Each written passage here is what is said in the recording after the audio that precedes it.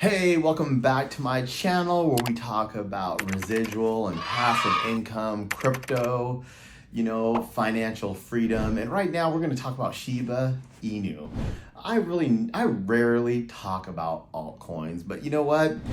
We're going to do something different today. So Shiba is up 14% in the last 5 days, about 30% in the last month. I've been investing in this project since 2021. And, I did not get in it early in 2021. I got at the end of 2021 and I invested about 10K in the project. And so, I've been feeling the pain that everybody else have been feeling, watching that thing drop. But, I'm a firm believer of the project. This is not investing advice, by the way. But yeah, I'm a firm believer in it. I think it's, they're trying to build utility.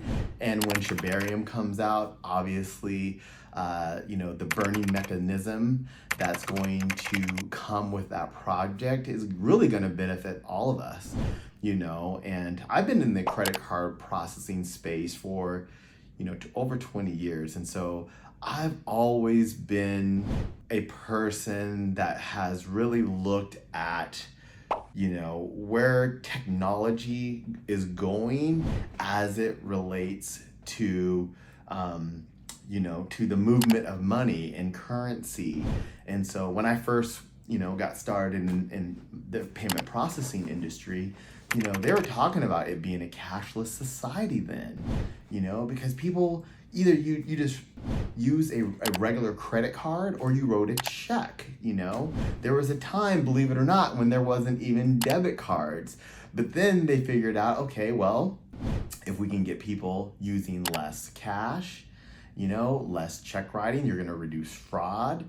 And so that's kind of the evolution of, just payments, and how people, pay for things. And so, yeah, I think, Shiba, I really like the Crow coin, but, you gotta think in the next 10 years, do you really believe that these things are just gonna disappear? I like Bitcoin, obviously, but, a little story about Bitcoin is that when I was investing in, I believe at the time I was just doing stocks, but a coworker that worked for me, he said, hey, Monte, you really got to check out this company, this crypto thing, Bitcoin.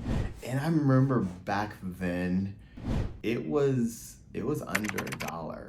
I think it was, yeah, significant. I think it was in the 50 cents range or whatnot.